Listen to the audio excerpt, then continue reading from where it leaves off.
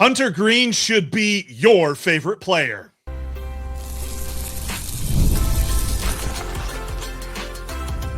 You are Locked On Reds, your daily Cincinnati Reds podcast, part of the Locked On Podcast Network, your team every day.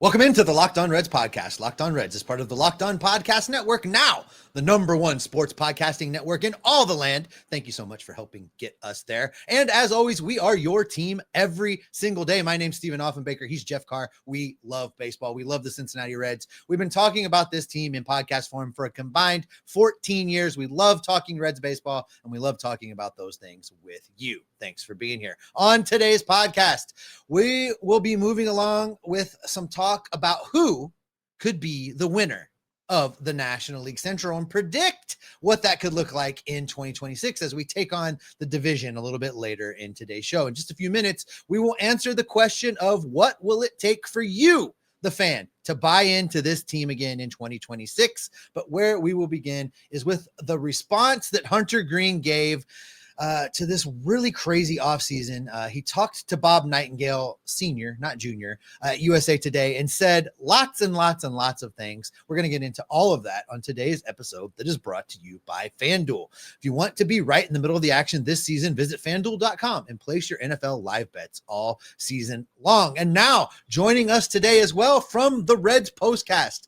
is the host of the Reds Postcast, Tim Daniel. Tim, how you doing? What you got for us? Feliz Navidad, guys. That's so great to see you.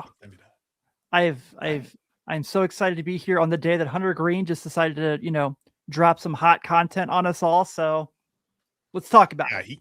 He had so much to say. And quite frankly, I think he came up with the perfect responses to everything that's been going on. Credit to him. He did not have a knee-jerk reaction to this and started spouting off things a couple of weeks ago whenever we were hearing reports of him being rumored to be on the trade block. He didn't come out and say, everybody's wrong and horrible and get me out of Cincinnati. He said everything right. And I believe that he showed why he is one of the leaders of this organization. He is one of the best players on this team, and he should be your favorite player. When you're not pitching, you have plenty of time to craft your message, I guess. If you're, in constant hear about till after the you season. You can write in your notebook. No, look, I kid. Hunter Greene said exactly what he was supposed to say. I mean, what did you want him to do? Did you want him to go out there and be like, yeah, I could have pitched right away, but I just didn't feel like it. Is that what he was supposed to say? Is he supposed to say, yeah, I can't wait till this team trades me. I'm going to get the hell out of here. He wasn't going to say that. I mean, he said the things he was supposed to say. Now, credit to him for sitting around and doing a long form interview to get the narrative out there and get things moving in the right direction. I'm a little perplexed at the choice of venue. I'm surprised this ended up being a USA Today piece with Bob Nightingale. Why this wasn't with Passan or why this wasn't with Rosenthal, I'm not sure. That seems like it would have been a more appropriate venue for this. But, Hunter said the right things. And I get the logic behind what he's saying. I get, there was a little bit more detail there than we got from the Reds during the season, a little bit more detail than we got from Hunter during the season, which is,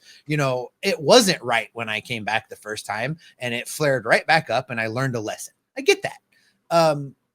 This work ethic thing for him, I'm not sure where it's coming from. Obviously somebody in the building is saying these things.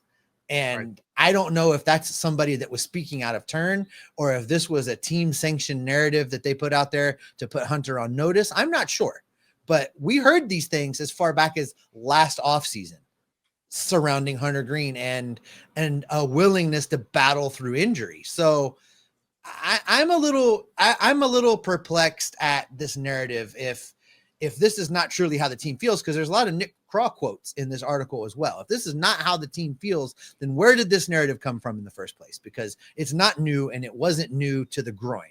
It was kind of floating around in the periphery well before that. Well, I don't think it's a coincidence he didn't do this with a local guy. I think I'll start there. Agreed. No, yeah, we're with you on that. If you catch what I'm saying. But also I do laugh a whole lot at Nick Krall comparing his shoulder surgery to Hunter Greene's injuries. Like athletes, baby. All these athletes handle the injuries the same, buddy. Yeah, it's like I just had shoulder surgery the other day. I'm like, oh, you throw 102 7 innings every so often too, right? Like Yeah, like I stood up from the couch really fast the other day and I got dizzy, so I had to sit back down again. Obviously, that's the same thing that's with me, Hunter. Nick Senzel, vertigo, same thing, right? Yeah. It's all the But same. I appreciated the fact that he was pretty candid. It felt like he was pretty honest. Steve, I do get where you're coming from when you say like, well, you have all this time to say this stuff, and it's funny. I know it's tongue in cheek, but also the fact that is like, he's kind of. I always like when athletes do this. I like when athletes come on. They're like, you guys put all this stuff about me. I haven't had a chance to say my piece, and this is what I feel. He kind of went into a lot of detail about, well, I've gotten multiple offers to pitch in the World Baseball Classic. I chose to stay with the team during spring training.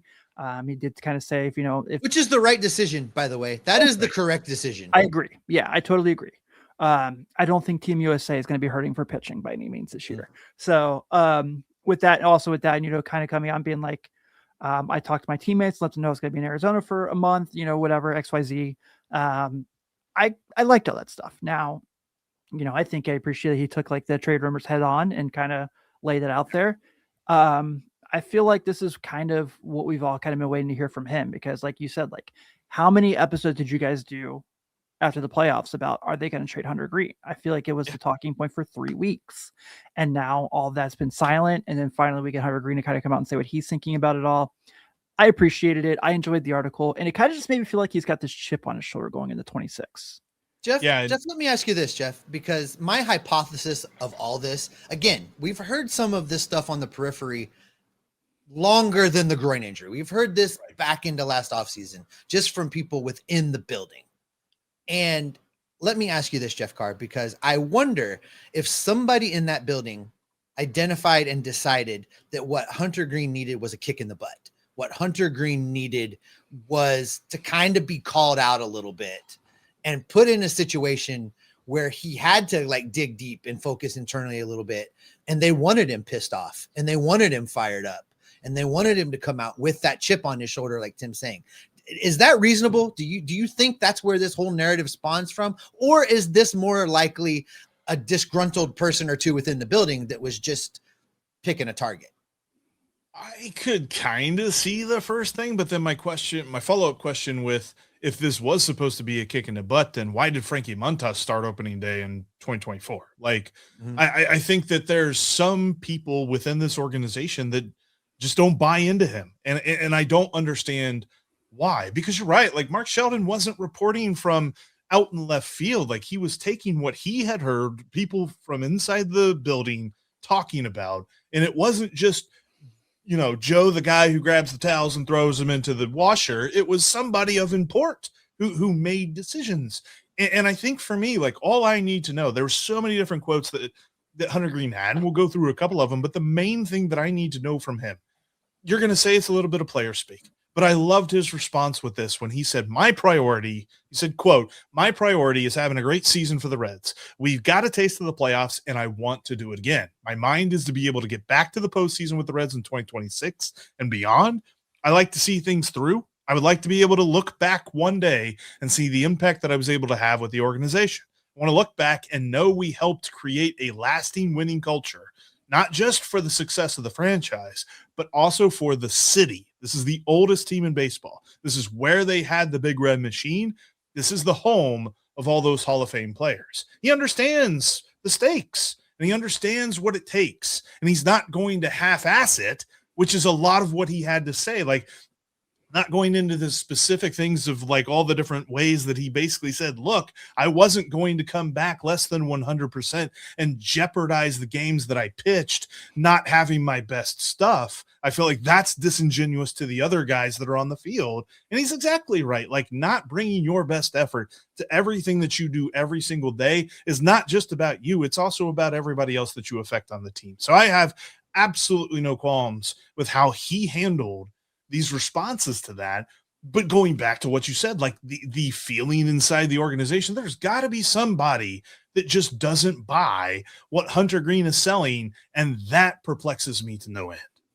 I love how he leaned into, the actual criticism. And by the way, that first quote that you read, talk about the perfect quote to come at this city and try to get the love. And you're talking about, being the first team, talking about the big red machine, talking about all the Hall of Fame players. He gets it. he gets it. But then he addressed the criticism specifically, saying, there's been some people in the chatter about questioning my timing of coming back. Like it took longer than it should have. The idea that I was milking it or taking a longer time, or the idea of not wanting to be with the team. Here's how he categorizes all that narrative. Quote, "That was so disrespectful, so disingenuous to me." If somebody did this to get at Hunter, it worked, because that's the quote. That was so disrespectful. That was so disingenuous to me. Hunter's paying attention. So 2026 is going to be an interesting year, guys. Yeah, I tell you, Tim, I want to get to your thoughts on this a little bit more. We want to expand on a couple of other quotes, because Nick Krall had an interesting response as well. And then we'll also get into the question of, what will it take to get you to buy into the Reds for 2026? That's all coming up next. For all of your live betting action, you got to check out FanDuel. FanDuel's got all the best live lines when it comes to the NFL games, as the NFL hits the stretch run and the Bengals continue their quest to not pick Caleb Downs as they try to get a worse draft pick and win the rest of their games. Really, that's all that matters anymore, is where their draft pick's going to be. And yet now they decide to win. In fact, FanDuel has the Bengals as a 7-point favorite over the Arizona Cardinals this Sunday. Yay? Question mark? Live bet that stuff all over on FanDuel, and you can follow Bearcats basketball games over there as well. It's all on FanDuel. Live betting action is so much fun, even in NBA games and things like that. You turn on a game or a bowl game, those are even better. Turn that on, check out FanDuel's live lines, and you have so much more fun. Download FanDuel today. Thank you for making Locked On Reds your first listen of the day. And hey, Merry Christmas. Appreciate you making us part of your day. And thanks for helping make Locked On the #1 sports podcast network in the country. And look, you already live your team every day. Now take it up a level and go ad-free. Join the Everydayer Club and get Locked On Reds with no interruptions, members-only Discord access, and so much more. All for just $5 a month or $50 a year. If you pay on a yearly basis, you get 2 months free. Go to lockedonreds.supercast.com or check the link in the description of today's show to learn more. And kind of like, as we were saying, like there's so much that was said throughout this interview with Hunter Greene. And Tim, I just kind of feel like this painted him in the exact light that he wanted to be painted into. Like strategically, this was perfect for him. Yeah, it definitely had some Hunter Greene gave off some future politician vibes for sure in this conversation, and not in a bad way. In the best of ways, yes, in the best of ways. Yeah, but the thing I think that really got come back to that he made a comment in there about and was brought up was the fact that he re-signed, and I never really thought about that, because most guys do. You hear all the time about small markets like the Reds, the Pirates, etc. Once that arbitration is up, like they're looking to see what else they can do and make some more money. And like he did come back, he did sign through his arbitration years, and maybe that was a smart thing for him for negotiation tactic or not. But I think that plays a part into what the city means to him. I think it plays a part in what the franchise means to him and what he wants to do here. And I kind of maybe I'm choosing to lean into that more because I like having him pitch for my team. But I do think stuff like that really matters. Right. And because what he said, and the direct quote from Hunter in this article says, quote, "I mean, let's just talk about the pure sentiment of me signing the extension, wanting to be a Cincinnati Red, and me wanting to bring winning back to Cincinnati. That was always my intention since the day I signed with the Reds. And as we talk now, I hold that same feeling," unquote. There are a lot of good reasons for him to sign the contract that he signed to buy out his arbitration years. We've heard from agents like Scott Boras, where he recommends that players don't sign extensions. It never benefits them.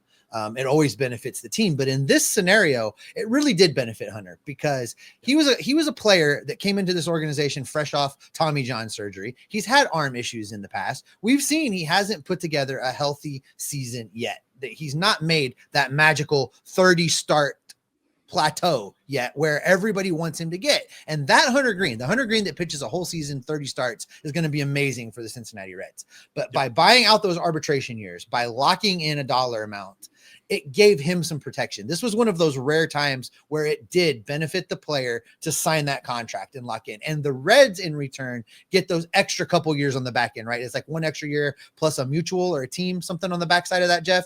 Right. So, you look at that, the team wins a little bit. The player definitely wins. It created stability. I love that for Hunter Greene. I think in the grand scheme of things, Hunter Greene was the victim of that thing we do. I've talked about this before, Jeff, that, we came in with and set the expectations so high, set the where Hunter Greene had to get for us to say, yeah, that's the guy. We set that so far up here that he couldn't do anything but fail for the first few years anyway. He was never going to reach that level. He was never going to meet those expectations. So I think that has fueled part of this narrative. That has fueled part of this problem, is that he was so overhyped coming into the organization, and then so overhyped coming to the big league level, and then so overhyped now as a member of the big league rotation, that when he didn't hit those ace, world beater numbers, we did things like start Frankie Montas on opening day around here. And we're doing things like creating this public narrative that Hunter Greene's soft, that he doesn't want to pitch, that he's healthy, but he doesn't want to come back, and he's milking it so that he can ride the injured list. I don't know a professional athlete that has ever held that opinion of don't play me. I don't know and I mean, I was Anthony Rendon, but yeah, I was tongue in cheek in the first segment. This is what I really think. Hunter Greene wants to pitch. Hunter Greene wants to play. Hunter Greene wants to be the best pitcher in Major League Baseball, because that's how these guys are wired. That's how these guys are built. That's who Hunter Greene is. This other stuff, I think, is a result of, one, I think he's probably had some kind of personality conflict with somebody in this Reds front office. I think that's where part of this comes from. Two, he was so overhyped. The expectations were set so high, he was never going to reach them, which fueled that other narrative. You take those two things, you throw them together. This is where we end up. I like that Hunter Greene's doing this now. I like that he didn't wait till spring training. I like that he's not trying to be a distraction. He's doing it in the middle of the deadest part of the offseason. It's over with. I bet you Hunter Greene doesn't talk about this again. This was him speaking his mind. This was him saying his piece, and he's going to do the rest of his talking from the mound. Yeah, I don't think we're going to have him do this in the Jim Day podcast when he always does his yearly appearance there by any means. So, and knowing all of this, I'm betting on him to make at least 30 starts this season. I think because he came into spring training in crazy shape last year, and for some reason I think he just got unlucky with whatever that groin thing was, and it just nagged at him. So I get it. I understand why he didn't make him 30 starts last year. He's making 30 starts this year. I'm going to bet on that. But I know this. There's not a lot of people betting on the Reds right now. Not a lot of people buying in, especially because they've had an offseason full of lackluster, almost did this and couldn't quite get there on that. And, well, we don't really have enough money to do what it is that we need to do, and all these sorts of excuses that we keep hearing. So when it comes to buy-in for the Cincinnati Reds, and I think there's a lot of folks with a lot of different answers of this, the first question that anybody would have to follow this up is, where am I buying in to? And the next answer is most likely, I'll buy in when they get there. Tim, yeah, I think the thing that's kind of jumping to me is, where am I getting to? What will convince me? I think the Luis Robert thing is a step in the right direction, but it is not the all right, I'm set, NL Central, get the GABP tickets. That's certainly not there. There's still things that got to go there. If Miguel Andujar comes back, that certainly helps as well. But, we're going to do the thing we do every offseason, right? Hey, we should get a power bat to bat behind Elly de la Cruz. Maybe two. It's going to take me kind of believing in, the starter staying healthy obviously is going to be a thing, but for me to kind of bet on this team and feel like it's got to be just like improving the roster, and it's got to be improving the lineup, because I think pitching wise, they're set in stone regardless of what dumb thing Nick Krall says about if I trade a pitcher, I got to go get a pitcher. So it's just that, I mean, a bopper would be great. Someone who could hit home runs, that'd be great. Kill some rallies. Give me that. But I think I understand why people are leaning towards the Brewers, even with all their and the Cubs with all the guys they're losing. But I feel like those two teams right now are currently better than the Reds. No, there's a large segment of Reds country, Jeff, that's lost.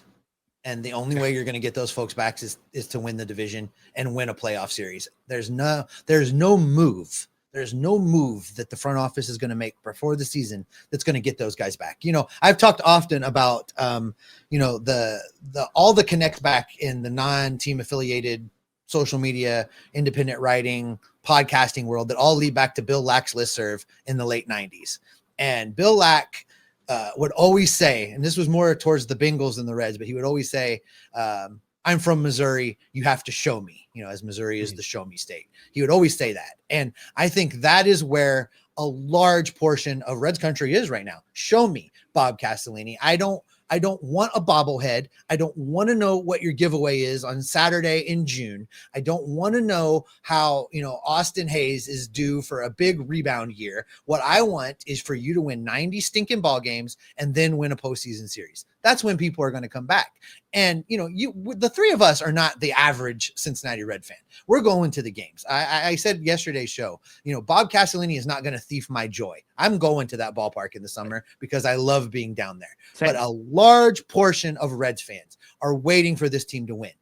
And this city will love this team like nothing you've ever seen if they win a postseason series. But that's really what it is. Where is the championship baseball the fans were promised? Where are the postseason runs that the fans were promised? They don't exist. Phil wants to know where people are going to go, and he's seen where people are going to go, not to Great American Ballpark. So it is time for this team to make moves. And I said yesterday, Tim, that I get completely why people are like, why should I care? Why should I care that Reds Fest is coming? Why should I care that this team is doing anything? Because it's the same old year in and year out.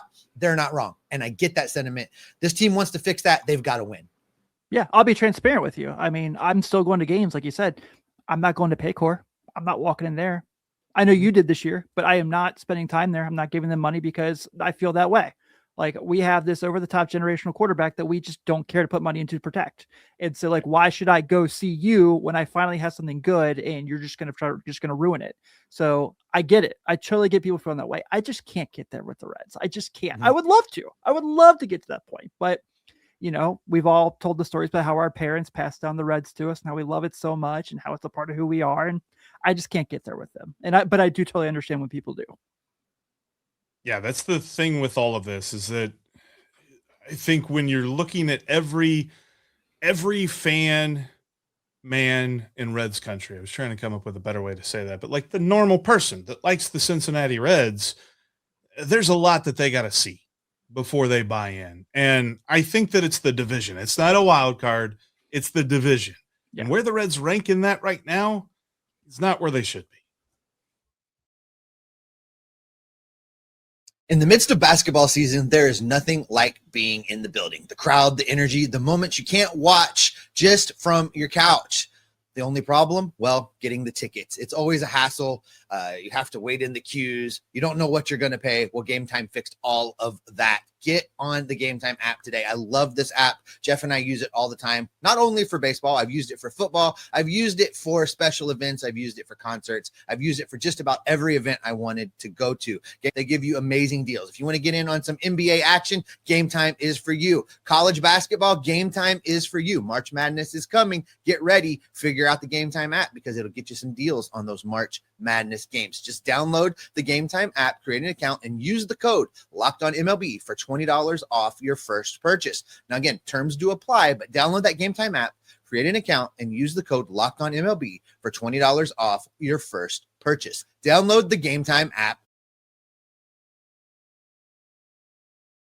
If you can't watch us here on YouTube, guess what? We're on every single social media and we're on every single audio podcasting platform there is. Subscribe to us on the audio side. Also, that's where the Everydayer Club is. If you want ad-free Locked On Reds, it's in the audio feeds. You can check that out. The link is down in the show description. All right, Jeff, let's continue this conversation. Let you have your say on what's going to bring you back to the Cincinnati Reds, and then we'll spin that right into who is going to win this division in 2026, because I think those two things go hand in hand. Yeah, because it's got to be a legitimate move. And I consider Luis Robert close to a legitimate move. I wouldn't say it's an A move. It's probably a B- move, but it's not a Kyle Schwarber. It's not a Pete Alonso. It's not something that they should have done and they totally missed out on.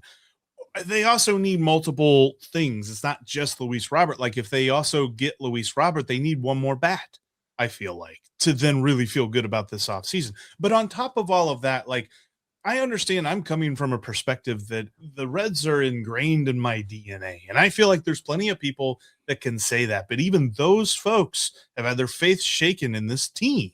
And even there's their hope shaken in this team, not because they don't see how the present is impacting the future in the way that they want it to, but because they just don't understand why they continue to punt. It feels as though they continue to tell us why they can't do something. Just go out and do it. Because if you make that legitimate move, then you put yourself up there with the Brewers, you put yourself up there with the Cubs, whose organizations feel like they are built to move guys in and out of spots to help them get the wins that they need every single year. The Brewers just got done winning the most games in the major or in the National League last season, in the regular season. And yes, they are talking about trading away a couple of players here and there, but is that going to make them a 75-win ball club? No, they're still going to be perfectly placed to compete for the division.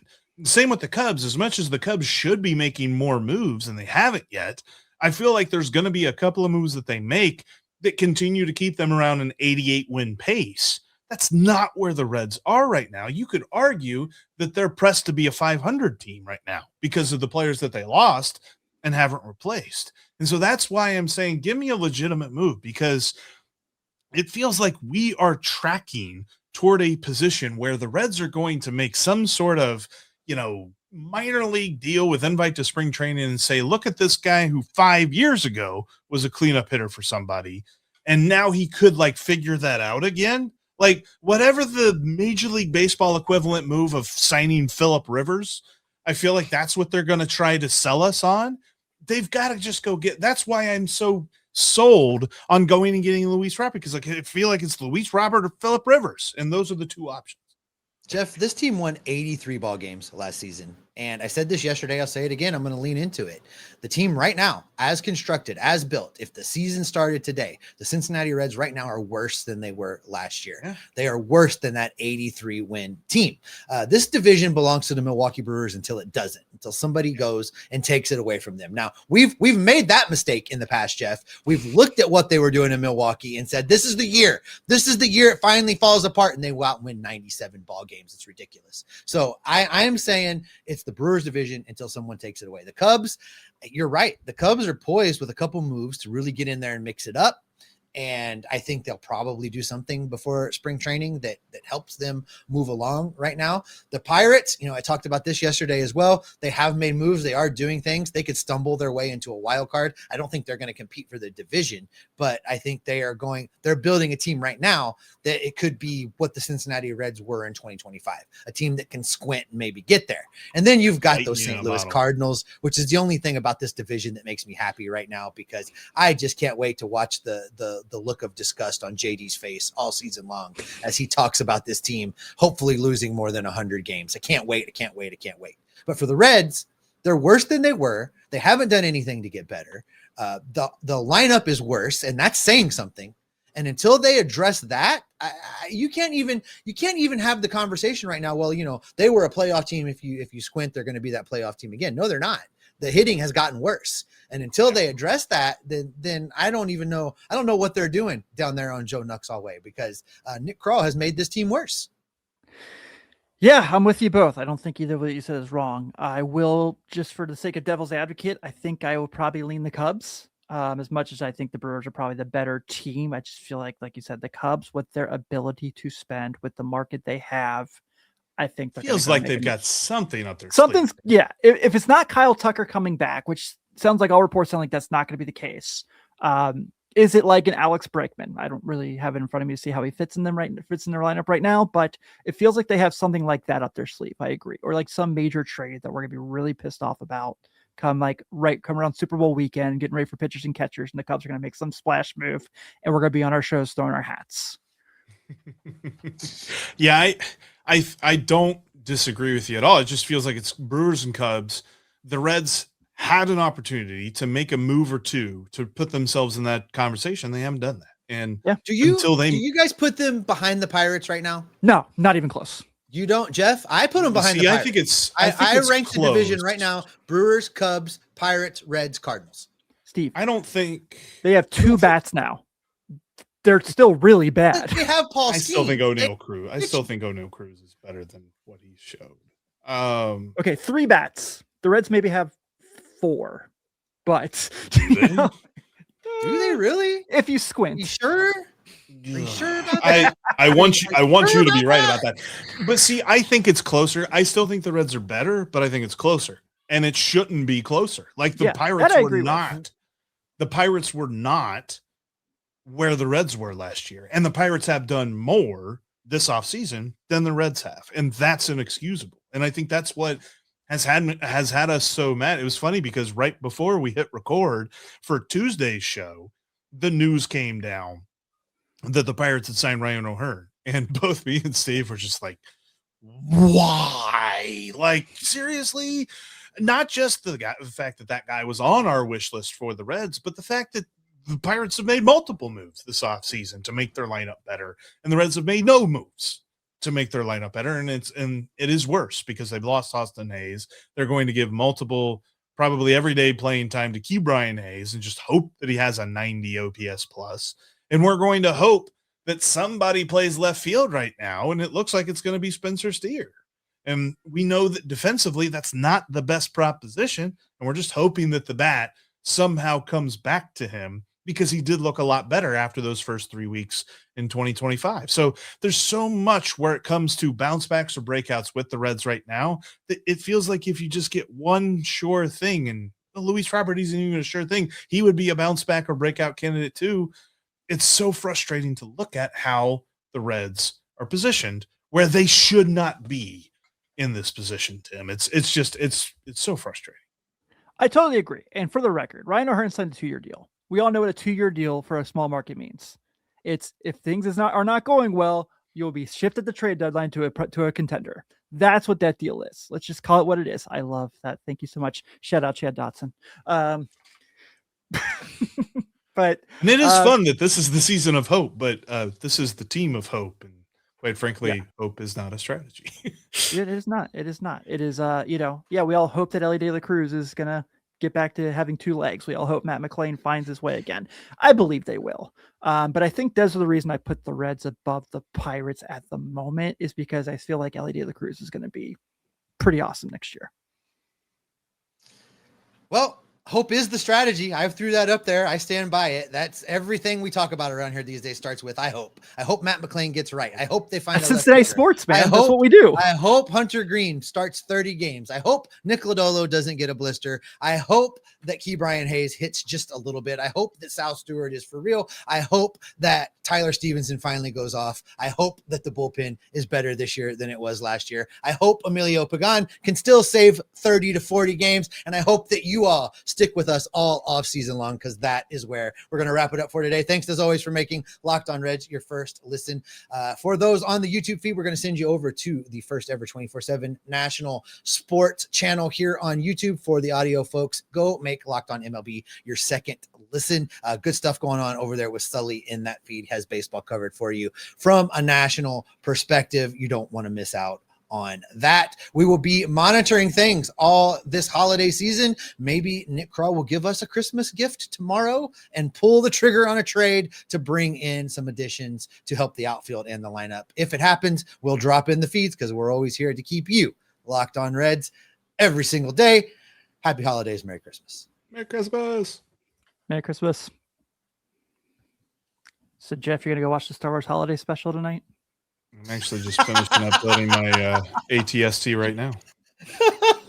I got the Ultimate special. Collector Series. Oh, Jesus. That's the worst. That's the worst thing ever made. It's so bad. It's so bad it's good.